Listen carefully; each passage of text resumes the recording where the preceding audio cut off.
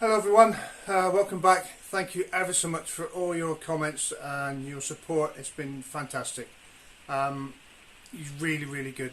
It's raining really hard here at the minute, so we're indoors for most of this week. I've got a little surprise at the end of this video for the indie projects Theo and Bee. We're also going to be finishing off the wood stove and a few other things. Come along and join us.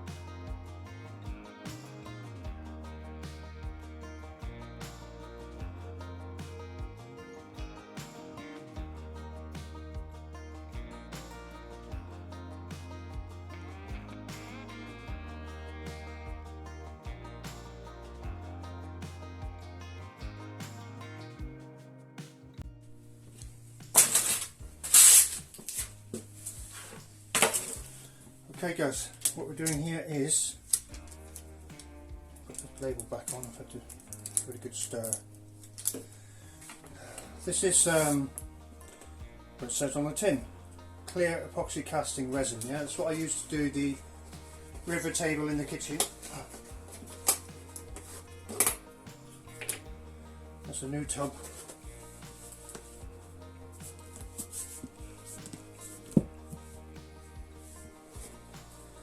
And we're going for, you have to fill those 3 hearts, so let's say, let's go for 60 grams.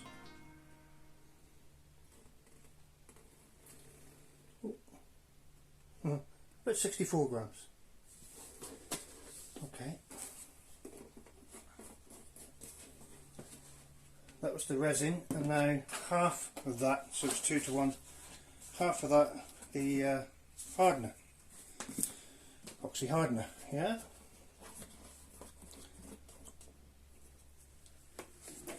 So we want 32, so we're going to end up with 96 in total.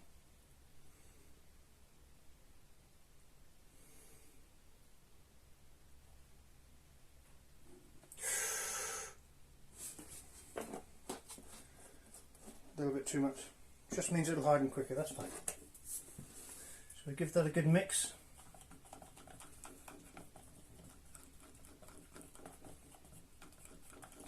And then we're going to add some colour. So we've got 3 hearts, obviously the obvious colour. Wow.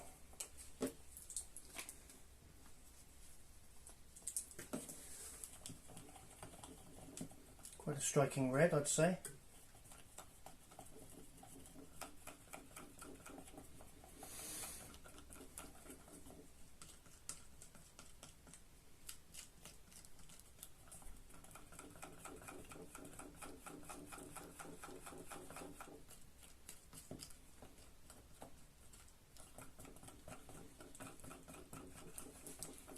be stirred really well.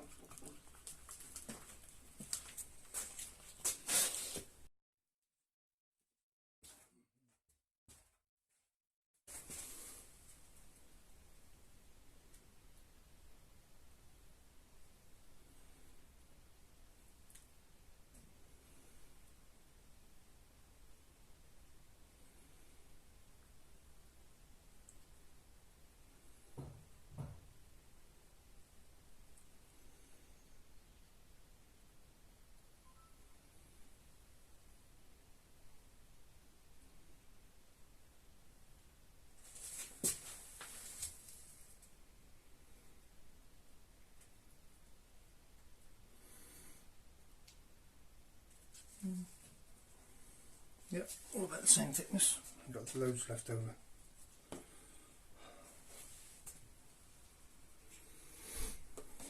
So you saw me making the basically these epoxy resin hearts.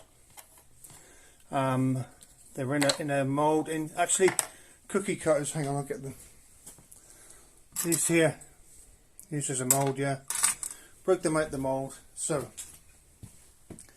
we have these three, which, if you look at them closely, they have a bit of a lip on the edge, and the back side of them isn't very glossy at all. So I'm going to give them a bit of a sand. So I've got just on the drill 240 grit. I'm just going to give them a little whiz off.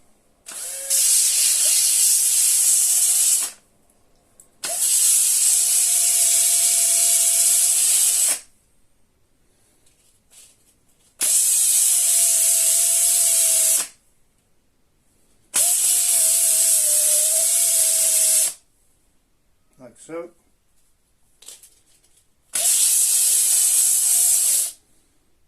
Yay. Getting a bit warm.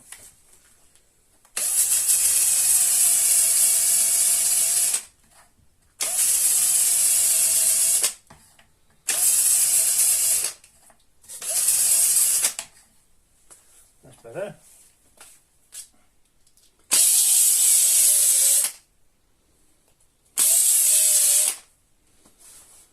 Cool.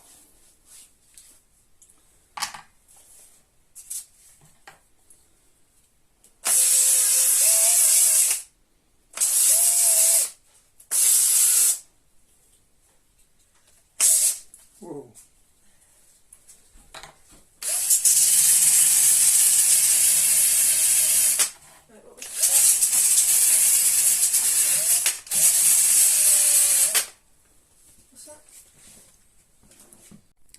So there they are, the hearts are finished.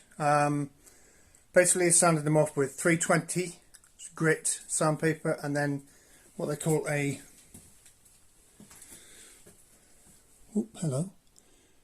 K800, just like a Scotch Brite pad. Now to the next stage. So I've just cut a few trims here. I need to varnish them up so they don't, well, so they stay the same colour basically.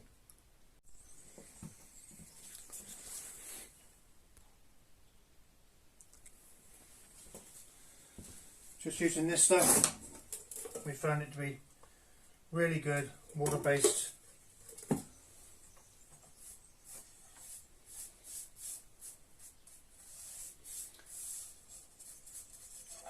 Oh, hello. Clumsy. I don't really need to do the back edges because they're going to be stuck down.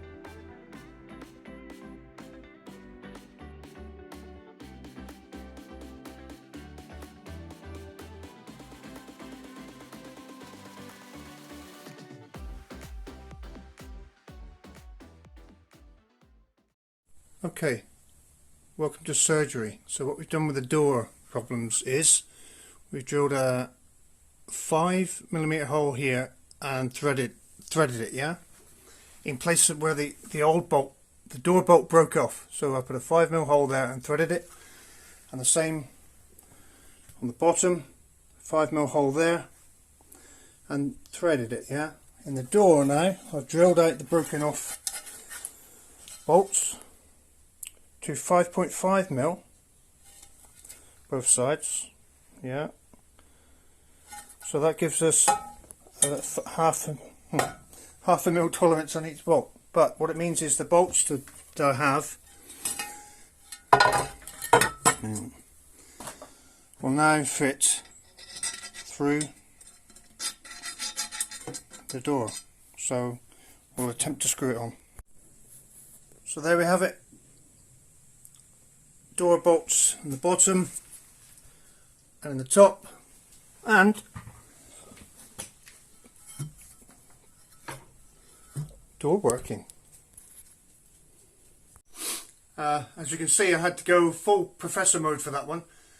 Just something I want you to see, and if anyone could comment and let me know why this happens, I'd be really pleased to know. So there's our stovetop with the new door fitted now. Just a few things left to do. Ash box and all this, the front door. There's a sheet of asbestos in there which I'm dubious about touching, so I'll get rid of that and make a new one out of something. But what's this? So there's the top. Here's our just ordinary water, yeah. Can anyone explain that? It's not just because it's wet. Hang on, here we go.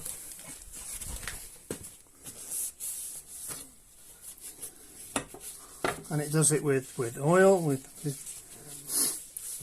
anything. Colour changing. Please let me know what you think's going on. So I've taken a chunk of metal off the old weight, which was the weight for the tractor, and cut it to that shape to make another one of these. It's the only metal I could find that I had was thick enough. And now I found a piece of chain, which I cut part of the link off. And these two will go together to make that roughly. I'll weld it all together and grind it up and show you the finished product. So there we have it, the finished product with what I'd like to call a little chameleon tail on the end. But so I'll spray them black now, and then we'll fit them to the stove. Okay, here we go. So ash box in that state, and I happen to have some stainless steel sheeting. Don't know what it was for, to be honest. And you can see I've marked it. So we're going to bend that up and start making the ash box. Right, so here is the old ash box. I couldn't do a lot to repair it, to be honest. And here's a new one I made. Stainless steel, 1.5mm, something like that. Just pop riveted together rather than welded, because it's too thin to weld unless I use TIG, and currently my TIG welder, I can't get a tungsten tip for it, so that'll have to do.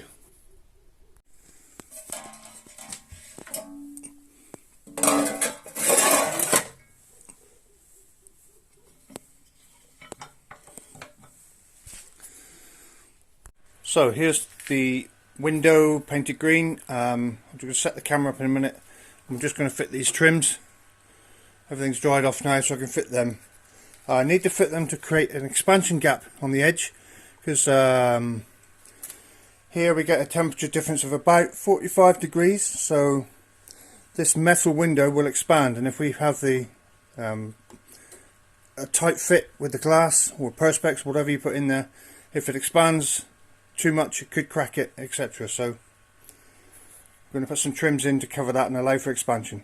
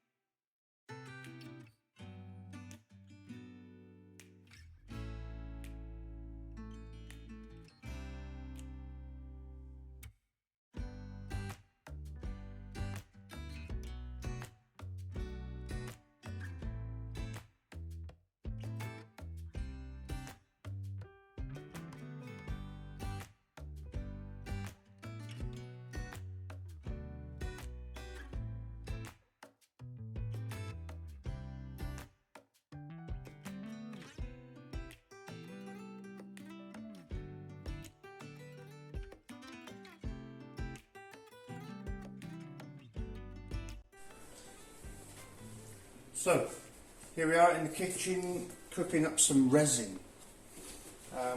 Again, I'm using this glass cast, which is, you can look it up on the internet.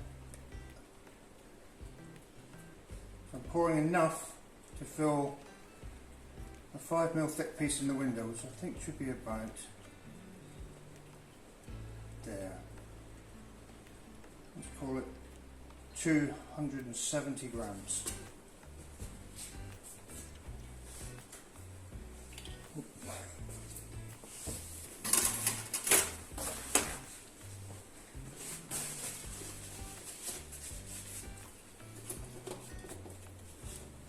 And I want half as much hardener, which would be 135 obviously, so I'll reset that.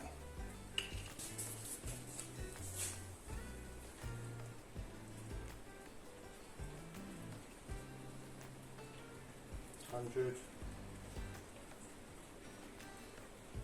20, 25, 130, 2, 4, 5.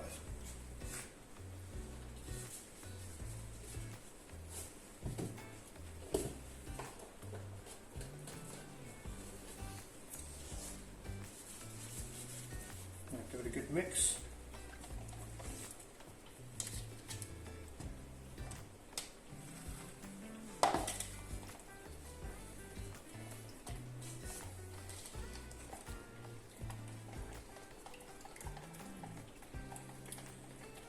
I'm doing this indoors because it's raining today and everywhere's a bit damp and cold.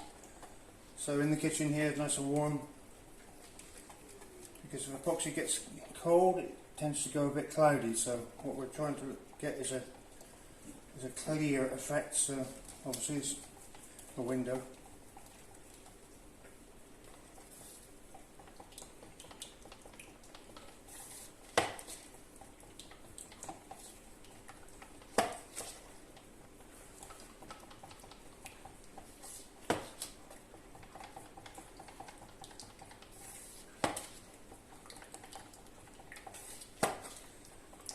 This is great stuff, but one problem with it, it does take a full 48 hours to cure.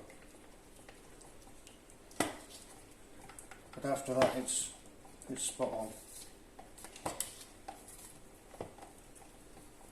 You can sand it, drill it. Okay.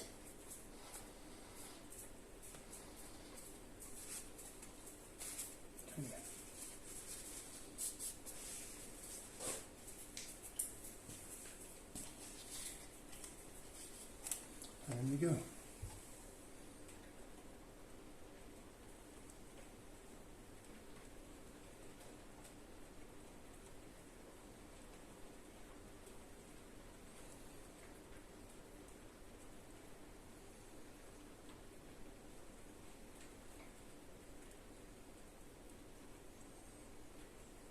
that should be enough. Doesn't seem to be terribly even.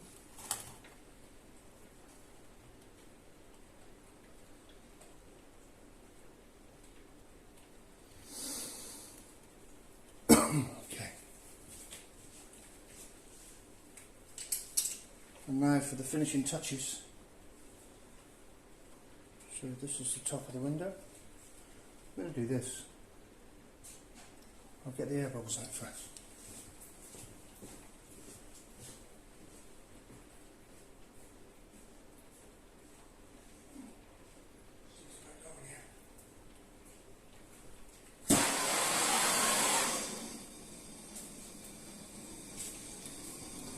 It's a gentle flame. As if by magic, eh? Okay.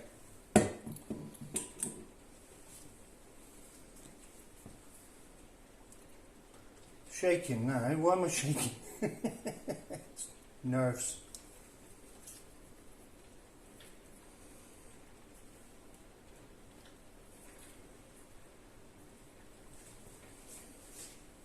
Hopefully this should push down.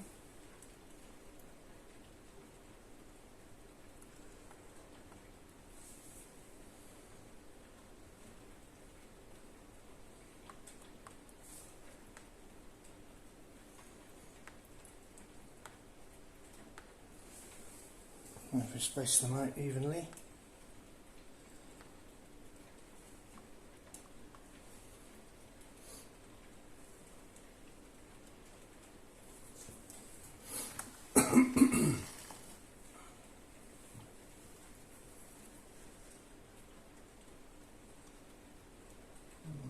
Down a bit, I think.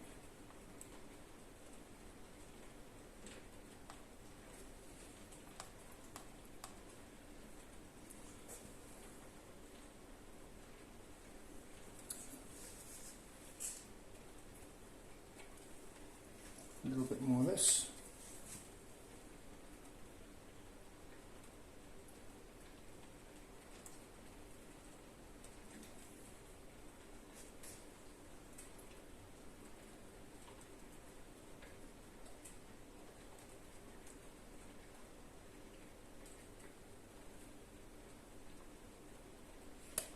Oh, great.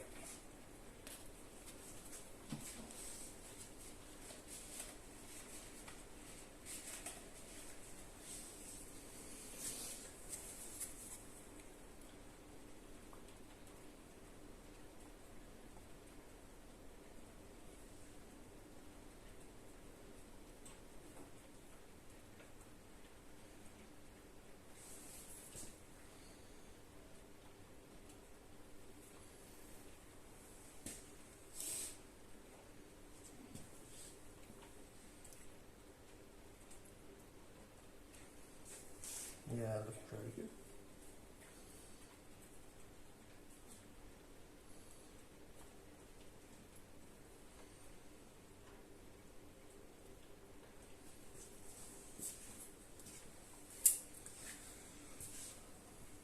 Again, nice gentle application of heat.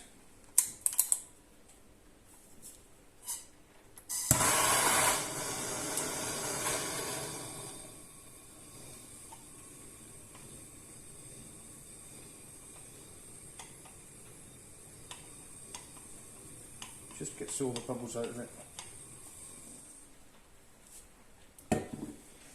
There is a piece of tape stuck on the back there. Just I thought we might get a leak, so it should stop that. Need to fiddle with this a little bit here.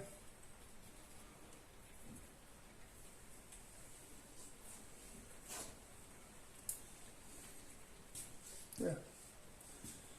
Wait for 48 hours. Okay guys, now here is the finished stove. So I painted the top black. I don't know what that colour changing thing was all about. Just with a heat proof matte black. And obviously the hot plate is pointless painting that because it's going to just get really hot basically. So the little, you put the firewood in, oh toll, this is a multi-fuel burner. Yeah, and the little handle that I made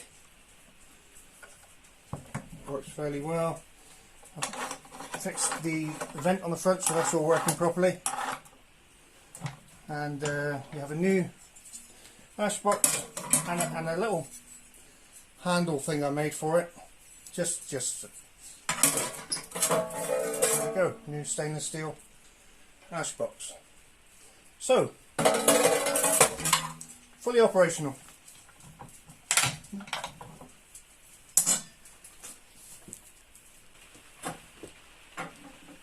So this is the finished stove. We really don't have an awful lot of use for it yet, but a few of you may, well hopefully are following Frank on the Road, Ewan and Carissa, who have had a really horrific week with various things that if it could have gone wrong, it has gone wrong. So at some stage they will be coming back to Portugal, and as you may be able to hear, it is raining and cold and wet. Yeah. So we'd like to offer this to them to use. For as long as they want. Yeah, just to see, you know, if it fits in with their place. And yeah, hopefully they'll find a use for it. So we're having a bit of much needed rain here this week. I just wanted to show you the finished herb bed. Well, that's a rubber plant, hardly a herb, and that's a key lime tree. And then we have lemon verbena and marjoram and parsley and thyme, lots of stuff. Lemon balm and the chocolate mint. So I'm just going to make a little roof over the cat hole and then we're done, and then paint the wall. And while we're outside, we've also planted a couple of goji berries this week. Apparently you can train them to climb, so we're going to climb it up the frame. With this frame I put it up a year ago now to grow things up for shade. So we've recently transplanted it looks a bit wild at the minute, a white table grape in there. Hopefully it's still alive. We've got a jasmine going up there, bougainvillea here, and we've got several of these which are passion fruits. So we've got one there,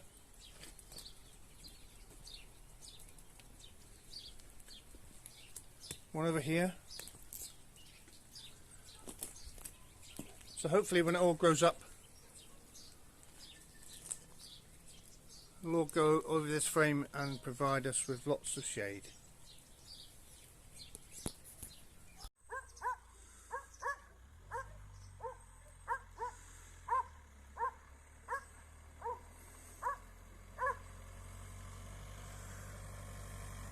Stop, Cindy! No. So this is Cindy Vine and her little dog Tandy. She's gone off to America for Christmas, a present from her son. So we have the pleasure of looking after Tandy. Just if you wanted to know, she is a Serra d'Estrella, so it's she's only a puppy and she's going to get huge. He's not getting on with our dogs at all. She's not.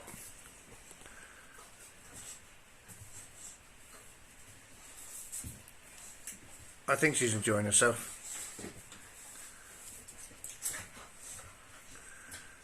My poor Staffordshire Bull Terrier.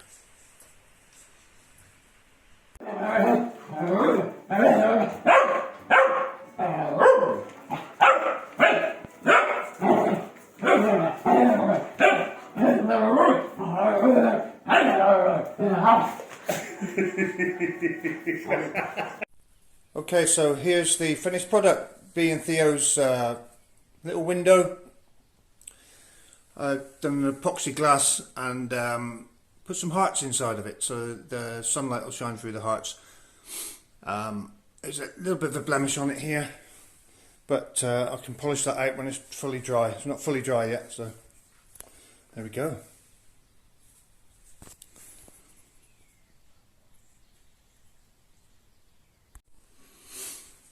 Okay, that's it for this week. Well, for Tuesday anyway. Hope you enjoyed everything, and thanks again for liking, subscribing, and all your comments and support has been great. So we'll see you on Friday. We're off to deliver a window to the indie projects. Bye. Bye.